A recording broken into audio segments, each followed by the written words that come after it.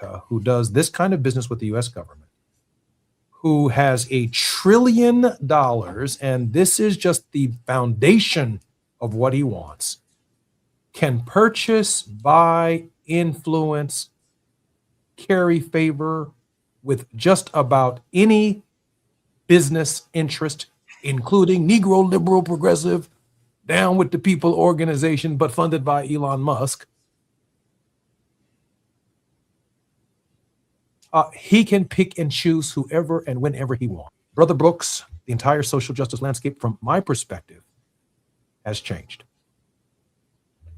It's definitely a change. And to see us moving into a place where we have a trillionaire in this world is mind-boggling. And like all that you mentioned before about the power that money has, particularly in this capitalistic system that we have, and this kind of unfeathered system now around our elections and our politics, where it allows third-party folks to spend unlimitedly in elections, both federal, state, and local elections across the country. It's very daunting and it's very scary. And to also know that a good portion of his wealth he's benefited from his relationship with our federal government through contracts that he's gotten with our federal government as a way to continue to earn resources. And then also just how he spends that money in a philanthropic sense in places that really undermines our social justice intentions, those of us that are working hard and fighting for social justice in this country. Gina, you just posted a note. America's richest people are not its most generous. I did. I posted it. I did it. I had to do it. Well, let's talk about it a little bit. Absolutely. It's in such small print there. I gotta rely upon you. All right. Only half of the 12 richest people in the United States are on Forbes' list of the 25 biggest givers. It is possible that some, including Dale Page and Huang, have given additional undisclosed sums through donor-advised funds. But here we go. Elon Musk, at this particular point, when this was published in Forbes, he was worth $780 billion, estimated lifetime giving $0.5 billion.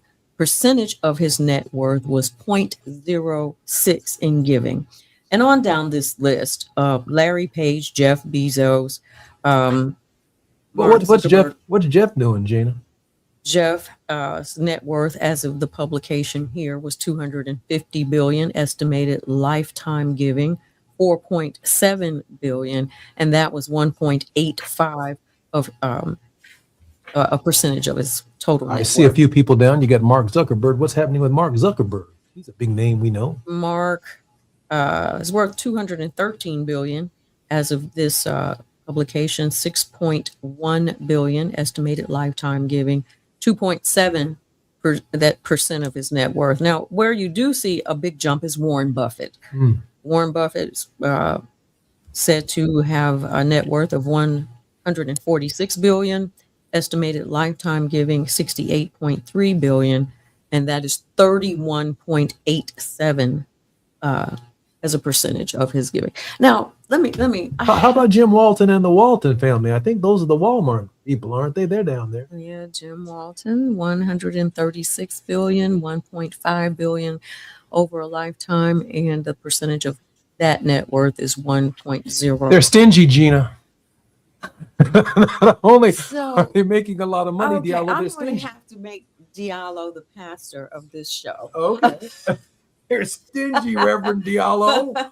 Well, Bishop Diallo. what I wanted to do was to have us and the our listeners, the people who are on the air. I don't know who all is listening, but what is it like to have $1 billion? I mean, most people start at what's it like to have $1 million? I'm trying to get to $500. $1 million here.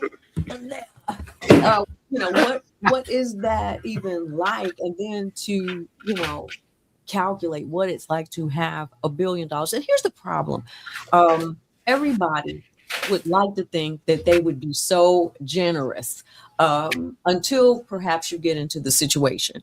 So I would like to keep that framework in place. But I tell you what, when you have experience not having much, sometimes it can work in the opposite way, where when you get it, you just kind of go crazy. And on the flip side, sometimes when you have experienced not having much, you are so willing to share. It really gets down to your value system and what you value in society, and what you think about human flourishing in general. What do you think? I mean, Diallo, this is a great question for you, because, in civic strategies, you really could use $1 billion helping people get organized. Yeah. So I have some deep thoughts about not only just the distribution of wealth in this country and also in this world, why folks even need to have this vast amount of money, and also the systems that are in place that perpetuate this kind of wealth in a small, limited number of people's hands. The system is designed in a way that benefits them and their ability to gain that wealth.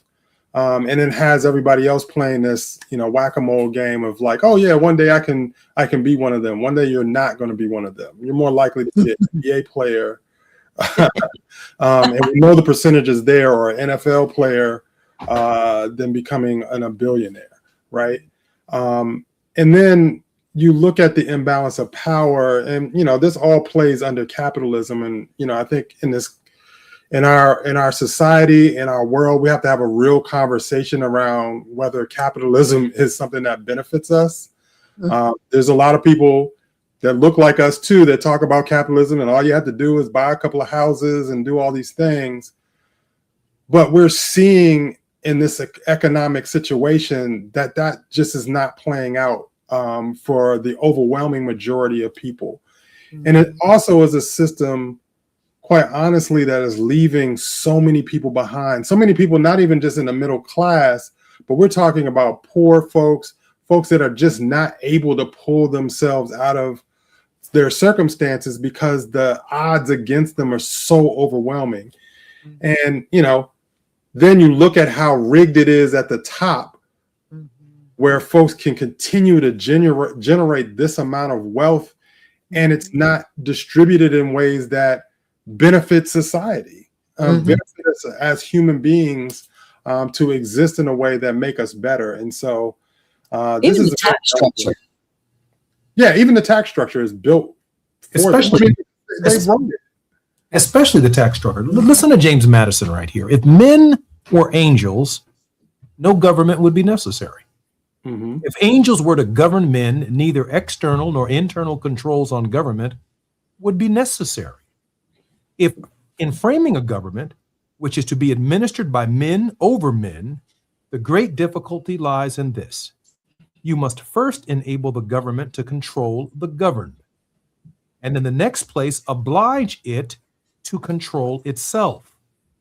A dependence on the people is, no doubt, the primary control on the government, but experience has taught mankind the necessity of auxiliary precautions. So what happens when Elon Musk runs candidates for office on a single mission to eliminate public schools? Or to make the argument that providing everyone with health care is an inefficient use of tax dollars and revenue, and he runs candidates for office to pursue such an ideal. I'm not suggesting that Mr. Musk will do that. I'm simply suggesting that with the freedom that comes with $1 trillion comes absolutely no obligation to the idea of government. Right. A government that only assists him for the purposes of advancing his or her own ideological points of view and perspectives. We've talked about the billionaire class in this campaign. We've talked about the billionaire class for the last decade or so in the United States. We have never discussed what the power and the influence of a trillionaire would be, and someone who wants $10 trillion would be, and someone who ran through the Treasury and through the various agencies of government to ensure domestic tranquility at the beginning of this administration, who has access to our data from the very government that stands between us and whatever it is he wakes up in the morning and decides to do. I'm deeply troubled by that. I mean, democracy became weaker today.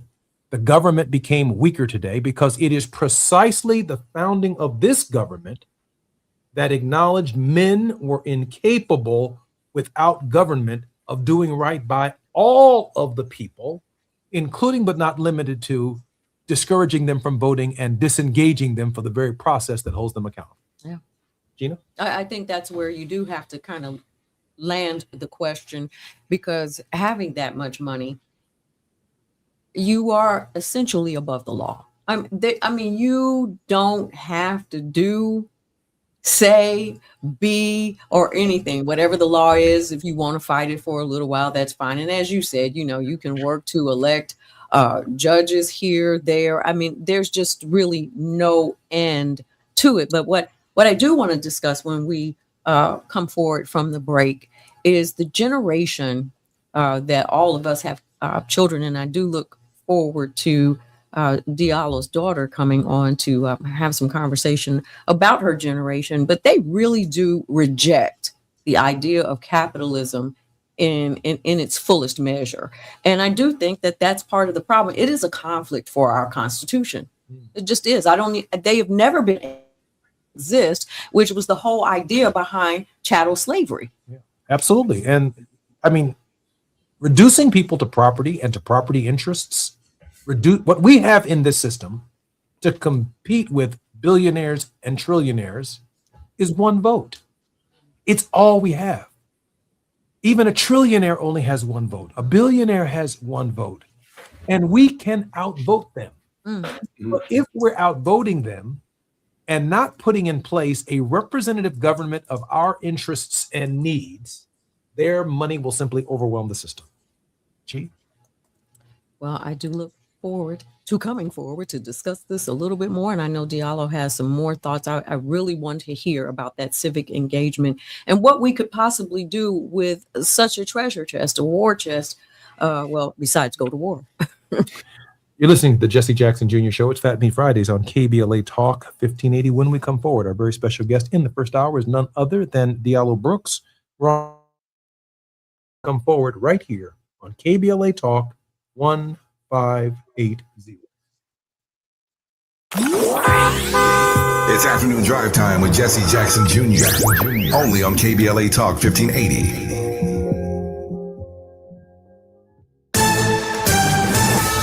I'm Amber Payton with BIN News Now. The Rainbow Push Coalition's annual conference is underway on Chicago's South Side. Hillary Clinton addressed the gathering Thursday, calling for a grassroots push against what she called efforts to turn the clock back. We don't need to have a bunch of elected officials leading this new movement. It's the first conference since the death of founder Reverend Jesse Jackson, with his son Yusef now leading Push. The scheduled execution of Black Alabama death row inmate Jeffrey Lee has been postponed. The U.S. Supreme Court left in place a lower court injunction blocking Alabama's use of nitrogen hypoxia.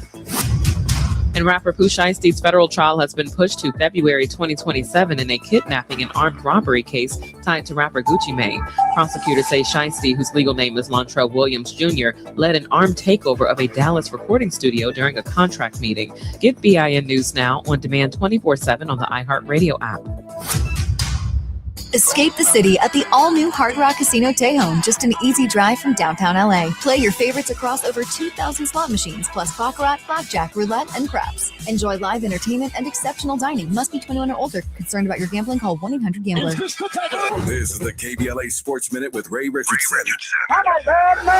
The first World Cup soccer match in the U.S. is tonight at SoFi Stadium in Inglewood. The U.S. takes on Paraguay. Start time 6 p.m. If the ticket prices are out of your budget, you can catch the match live on Fox Sports, Peacock, or Telemundo.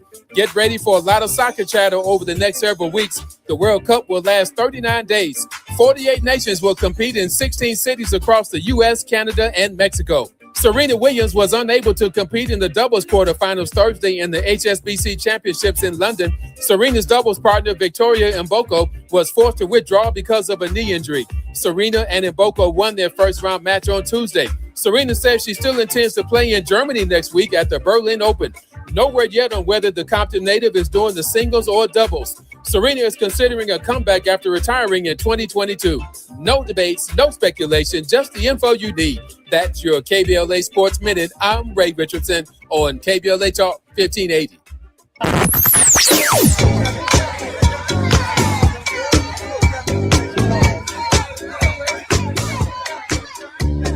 This is KBLA Talk 1580. Talk radio. That's music to your ears. We're unapologetically progressive. KBLA Talk 1580. We've got a lot to talk about.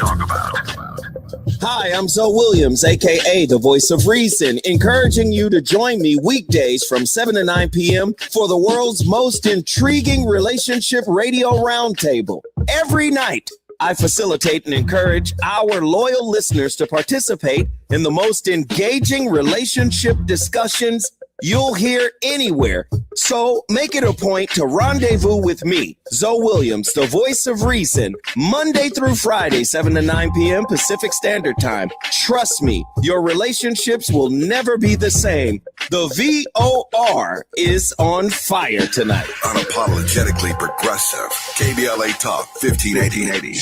We've got your black. Here's to 5 years of making the right people uncomfortable. 5 years of amplifying the voices that deserve a megaphone. 5 years of progressive talk radio that Los Angeles can be proud of. And the gift we're giving you is 5 more years of exactly this. Unapologetically progressive, unmistakably LA. We're KBLA Talk 1580. Happy anniversary!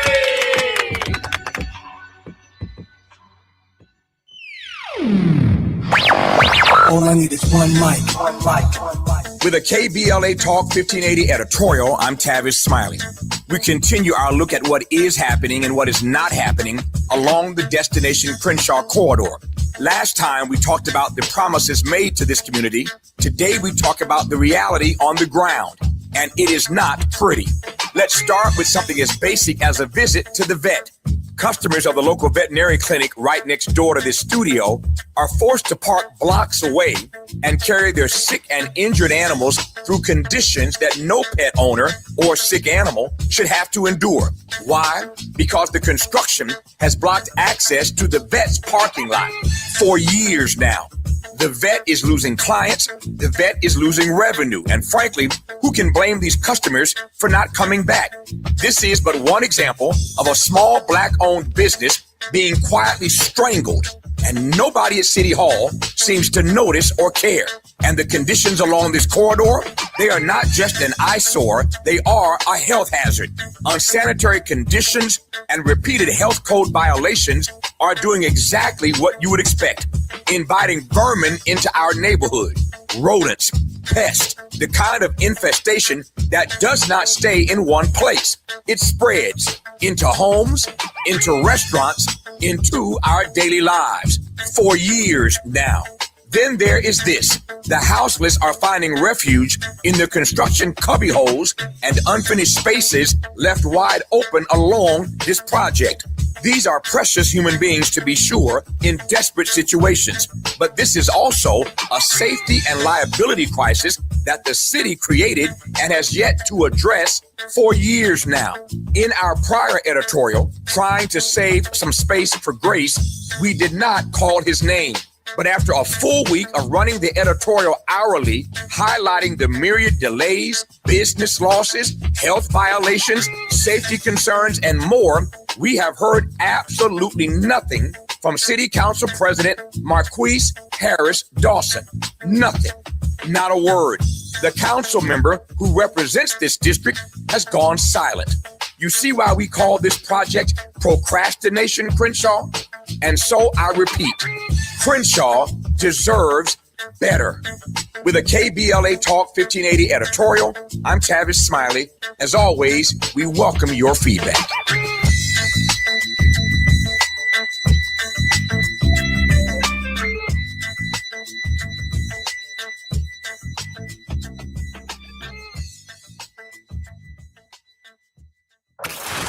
listening to Jesse Jackson Jr. on KBLA Talk 1580. The Jesse Jackson Jr. Show. The Jesse Jackson Jr. Show. The Jesse Jackson Jr. Show. The Jesse Jackson Jr. Show. King Wally drop the beat. Come on and talk with me. Come on and listen to me. Come on and talk with me. Come on and listen to me. KBLA Talk 1580. Download the app. I'm Jesse Jackson Jr. Welcome to Fat Meat Fridays with Jesse Jackson Jr. and Gina Towns. As the former senior equity fellow at the Schott Foundation for Public Education, Diallo bridged the gap between national policymakers and grassroots education justice organizations to advance progressive racial justice policies. His fellowship embedded him with the U.S. Department of Education under the Biden administration, where he served as a senior executive championing community and equity-focused policies. Diallo previously served as the Senior Vice President of Programs and Advocacy at the Schott Foundation, leading grant-making and programmatic initiatives for educational equity and justice. Diallo, welcome forward to the Jesse Jackson Jr. Show and Fat Meat Fridays with Jesse and Gina. Thank you for having me, Jesse. Gina?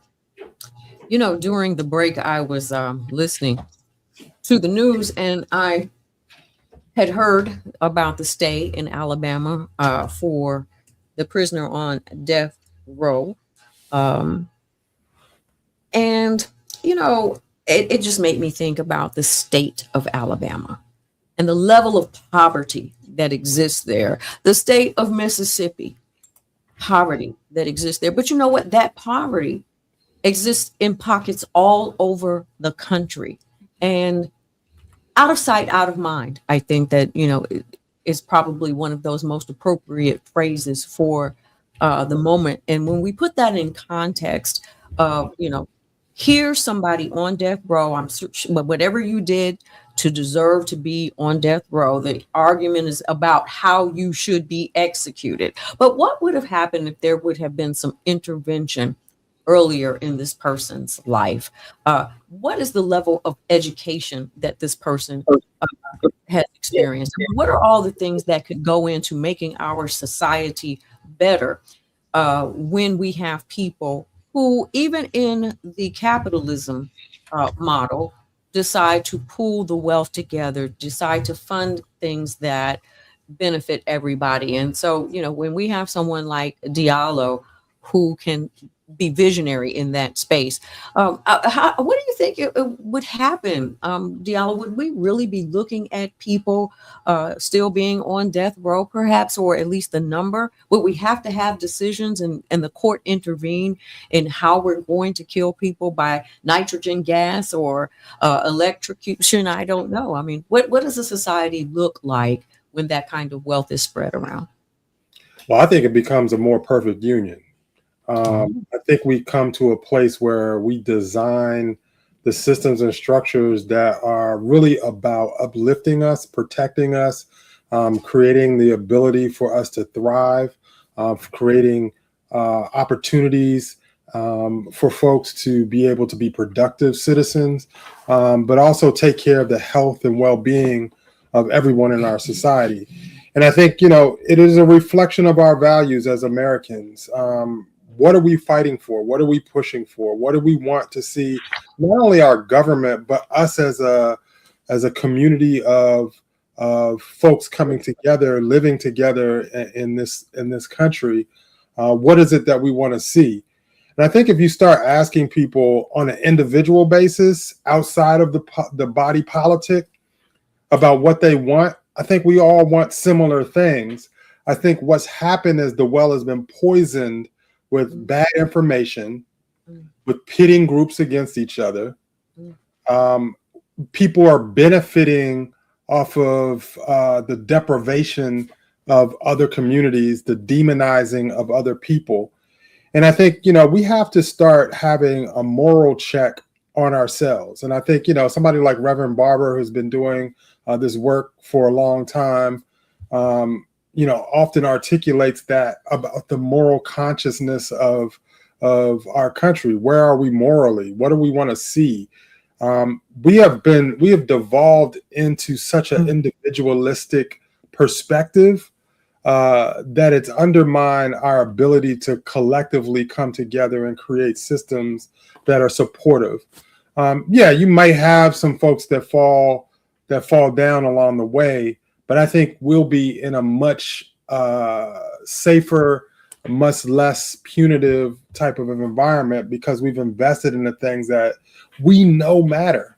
We know make a difference across the board. And the accumulation of billions of dollars undermines that. No individual should be a billionaire.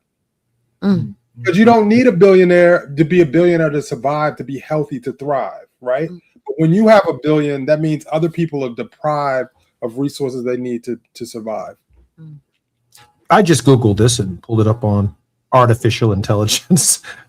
With $1 trillion fortune, Elon Musk has reached a level of wealth that rivals the economic output of major nations. This milestone was unlocked following the public market debut today of aerospace company SpaceX. Because $1 trillion is 1,000 times greater than $1 billion, it gives him unprecedented global leverage. First, funding space exploration and Mars colonization. Establish a permanent colony on Mars. Musk has stated that his primary goal is not personal luxury, but leveraging his wealth via SpaceX to build a self-sustaining city on Mars. Bankroll NASA for decades. He could cover NASA's entire budget, $24.6 billion, 41 times over. He could self-fund massive AI data centers. He can absorb the massive cash burn required for XAI to build next-generation supercomputers like Colossus. He could acquire entire industries and sport leagues.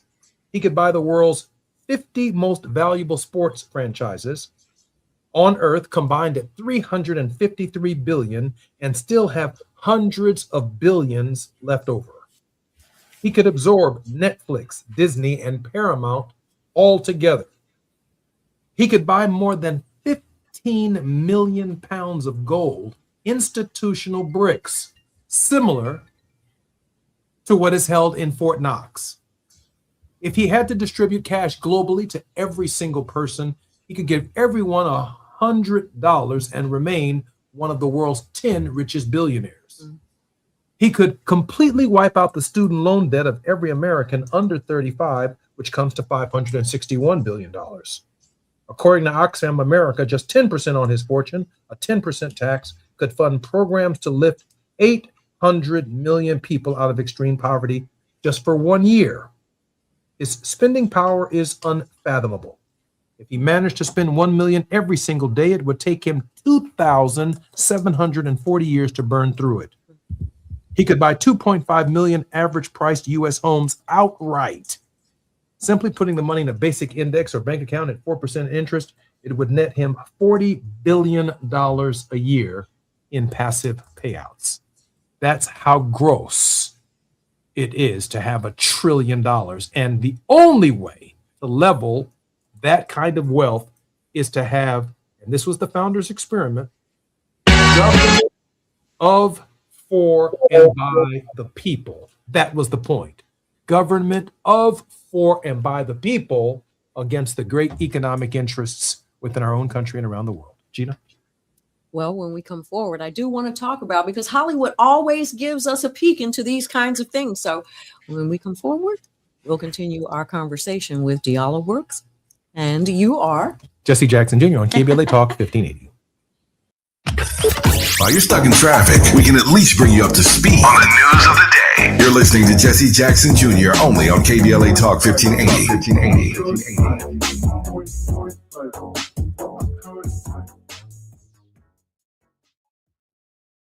If you're an African American mom who is pregnant or have a baby under 6 months old, you deserve care that lifts, listens, and lasts. Black Infant Health is for you. It's a free program with individual support, group sessions, and resources to start your mothering journey. BIH makes space for moms and their families to create community. Learn more about the programs in Los Angeles County. Check us out at blackinfanthealth.org. Going to a World Cup match in LA this summer? Ditch the parking stress and ride Metro. With direct service from across LA County, it's the easy way to get there for just $1.75 each way. Hi, I'm Chris Holden, former California Assembly member, former mayor of Pasadena, and CEO of LA Fire Justice.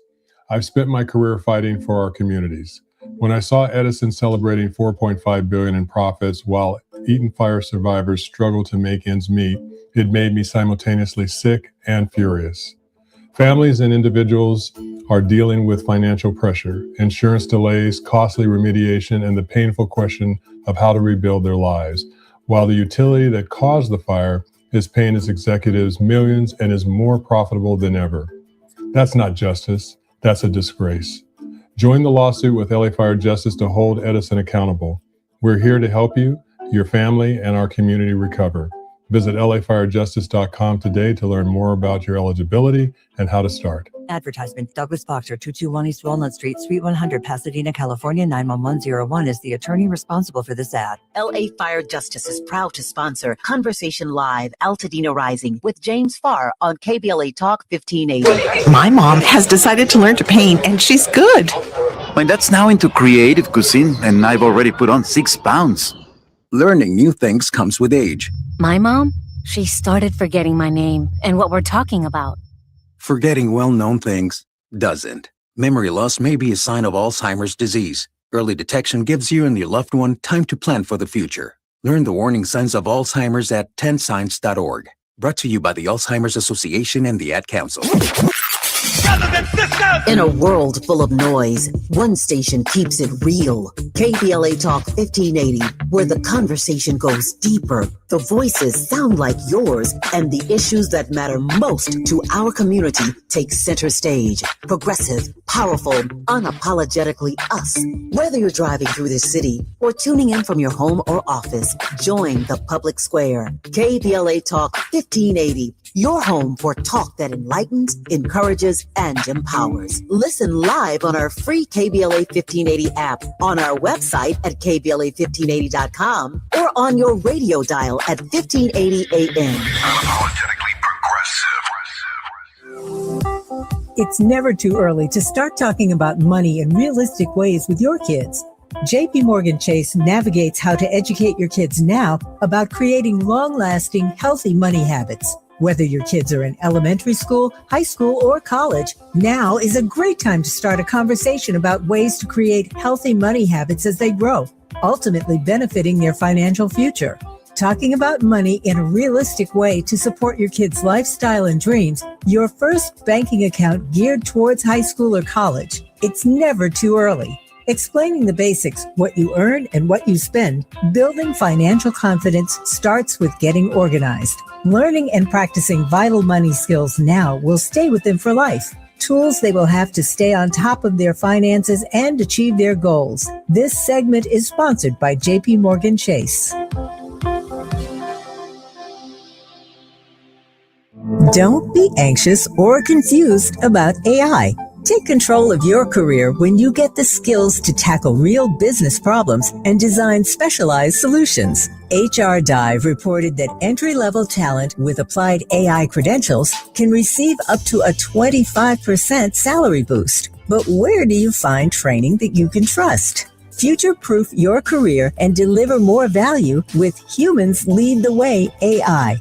Their hybrid learning courses use practical definitions, real-world examples, and strategic insights to help you and your team understand AI with confidence. No magic, no hacks, no shortcuts. Just practical knowledge that helps you use AI more successfully.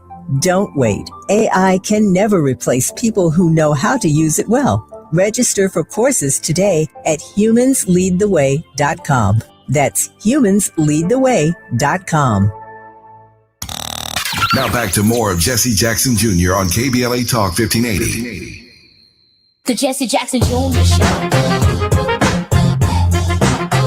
The Jesse Jackson Jr. Show. The Jesse Jackson Jr. Show. The Jesse Jackson Jr. Show. King Volley, drop the beat. Come on and talk with me. Come on and listen to me. Come on and talk with me. Come on and listen to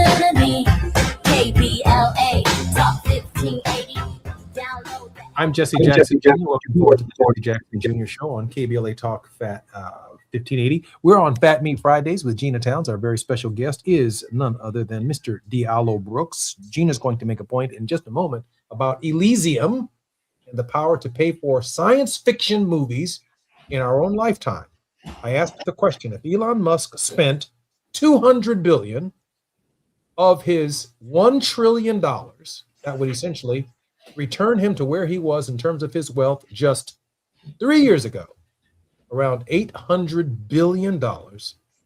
If he spent $200 billion on a total of 435 congressional campaigns, and he spent the money evenly across 435 congressional campaigns, the exact result would be, I wish I could get a drum roll. He would spend $459,770,114.94 in every campaign for Congress, United States. And under the current rules of Citizens United, there would be nothing that could stop him from doing so. Control the entire federal budget. One might argue he may already be controlling the entire federal budget. Gina, I'll make a point. Elysium. See? It's all just a lie. When you were talking about,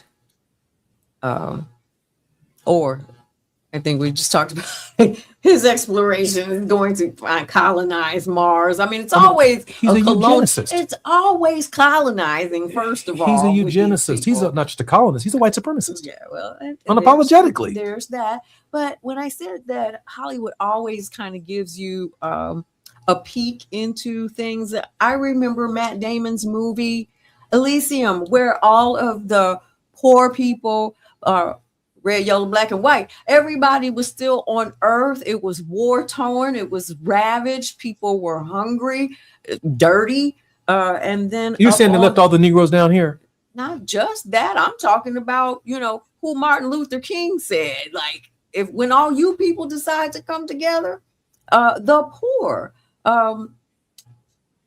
And on Elysium, on another planet, was all the great health care and all the niceties. And there's a little girl who's dying. I believe she had cancer in the movie. And, Matt Damon has had a shock of some sort of radiation, and he becomes half robot and half this. And anyway, he's a hero that gets her up to Jodie Foster being mean and running the healthcare system, I suppose, on the planet.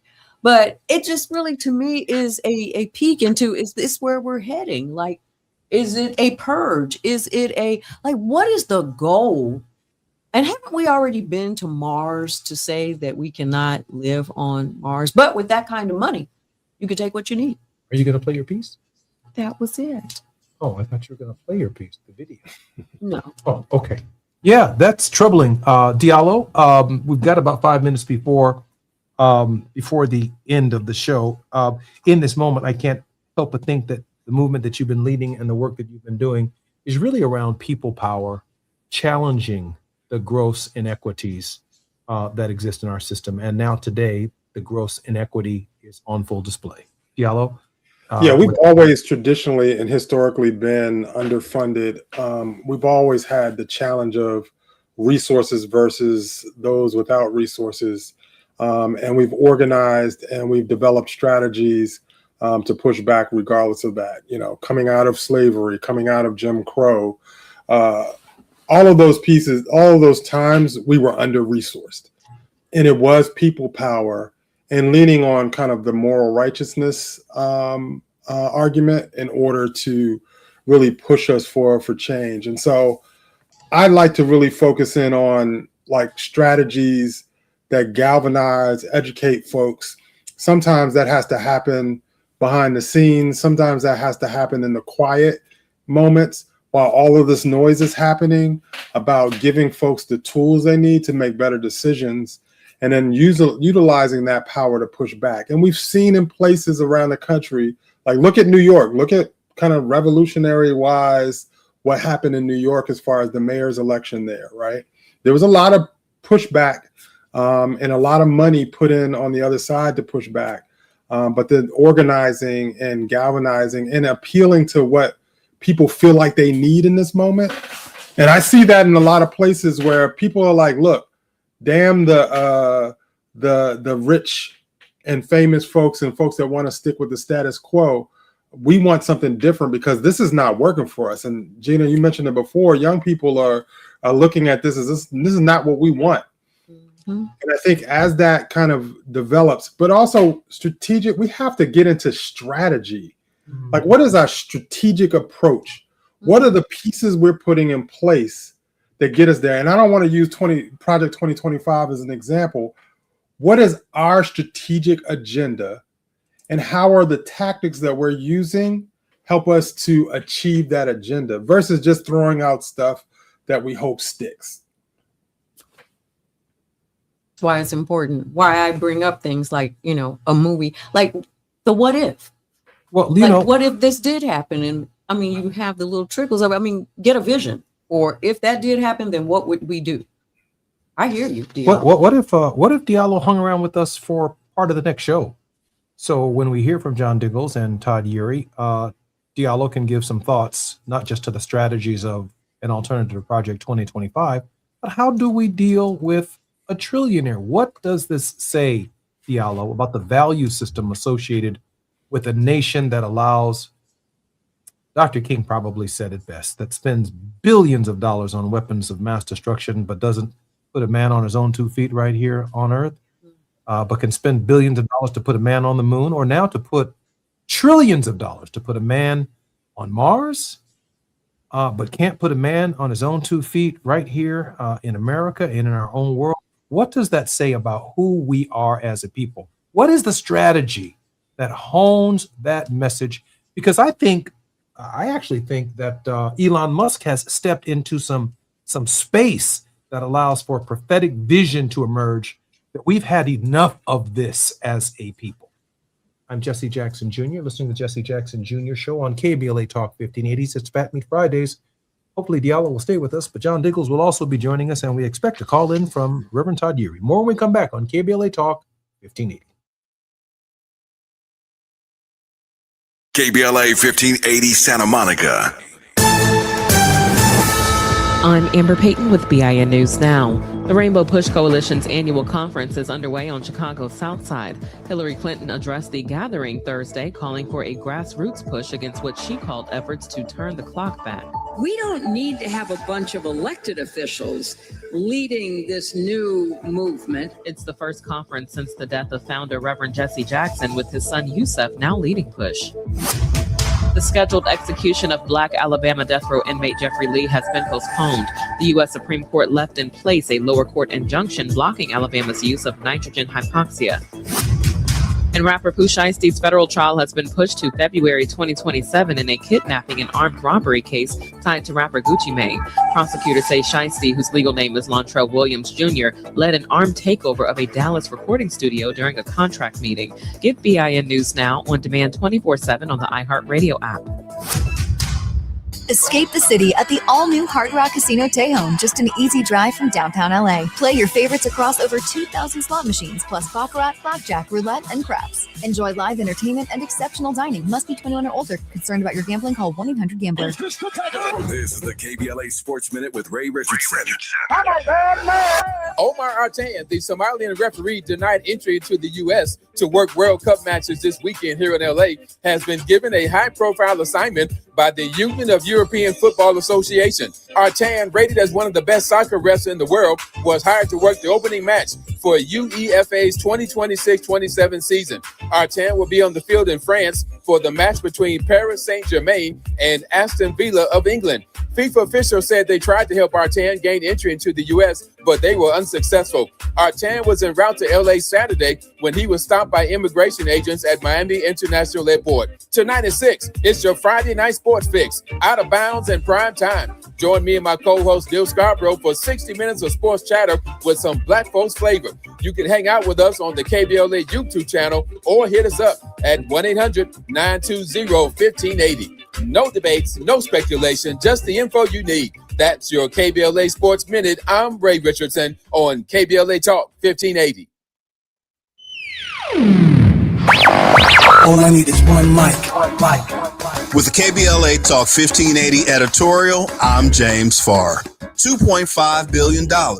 Governor Gavin Newsom said it was there for fire survivors in Altadena and the Palisades. No strings attached. That was the promise. But the burning question is, where's it at? 18 months later, an NBC4 investigation came back with the numbers. The numbers don't answer the question, they deepen it. Where's it at? About $605 million has been spent, roughly 75% still not released. Where's it at? Roughly $14 million went to CHP overtime and ICE immigration protest response for crowd control. Not rebuilding homes, not rebuilding lives, but crowd control. Where's it at? Another $13 million went to the state health department for video campaigns while fire survivors waited. While families in Altadena are still trying to put their lives back together, still trying to get housed, this is the hope gap and it's real. Where's it at? Southern California Edison is still in court, still fighting liability tied to the Eden fire, still not accountable. Where's it at? 18 months later, Governor Newsom, where's it at? Because the truth is free, but the lie can be very expensive. And right now, fire survivors want to know what happened to no strings attached. And I've been saying on this mic for the past 18 months, somebody or somebodies didn't do their job. Now it's documented.